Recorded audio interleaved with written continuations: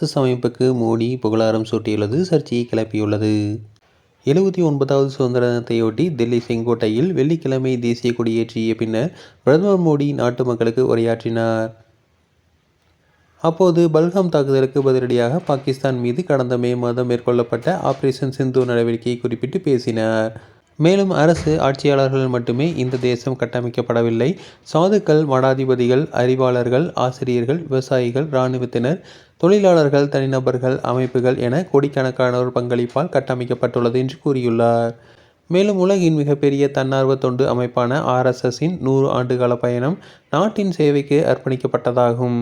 இது மிகவும் பெருமைக்குரிய போற்றலுக்கும் உரிய தருணம். கடந்த 100 ஆண்டுகளாக RSS சேவாக்கள் தாய்நாட்டின் கட்டமைப்புக்காக தங்களின் வாழ்வை அர்ப்பணித்துள்ளனர். அவர்களின் பங்களிப்பை மரியாதையுடன் நினைவு கூறுகிறேன் என்று மோடி பேசியுள்ளார். இது மிகப்பெரிய சர்ச்சையை கிளப்பியுள்ளது. பிரதமர் மோடி RSSக்கு ஆதரவாக பேசியது பெரும் சர்ச்சையையும் ஏற்படுத்தியுள்ளது. தொடர்ந்து இதுபோன்ற செய்திகளுக்கு எங்கள் சேனலை சப்ஸ்கிரைப் செய்யவும்.